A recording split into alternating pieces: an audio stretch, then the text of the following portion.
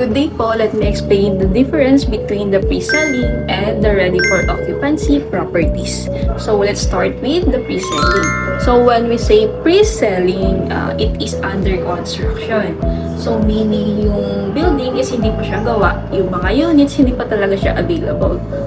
So, ang ready for occupancy naman ay tapos na at ready ng tirhan. Dito naman is mas shorter yung terms and hindi ka makakapag-move in ng walang down payment. And of course, mas mataas na rin yung monthly ng ready for occupancy. Pero, ang good thing dito is makakalipat ka na kaagad.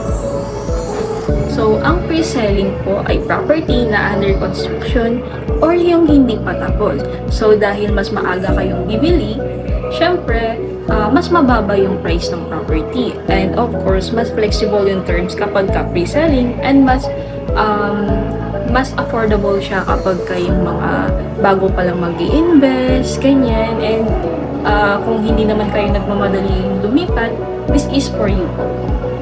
And for the ready for occupancy naman, ito naman yung ready ng tilhan, maaari na kayong mag-move in agad pagkatapos ng turnover at approval. So, ano nga ba yung advantages ng pre-selling? So, kapag pre-selling kasi, lower yung price, lower din yung monthly natin, and longer yung terms of payment natin. And of course, wala po siyang down payment. So, ang iisipin na lang po natin is yung monthly.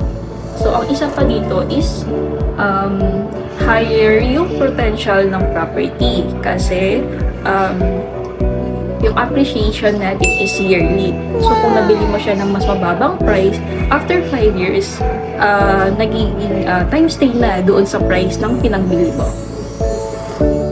Advantages naman ng ready for occupancy is makakalipat ka na kaagad, makikita mo na mismo yung unit, and wala ka nang aantayin na time for completion.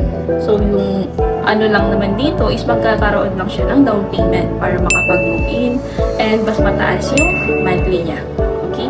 So, kung ang priority nyo is affordability at investment, pre-selling yung recommended ko sa inyo. Pero kung gusto niyo naman ng ready for occupancy and RFO po talaga yung best option. If you have more questions, I can help you about the best property based on your budget and needs po. So, that's it for today.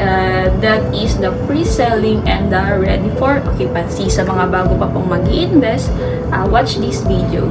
Thank you!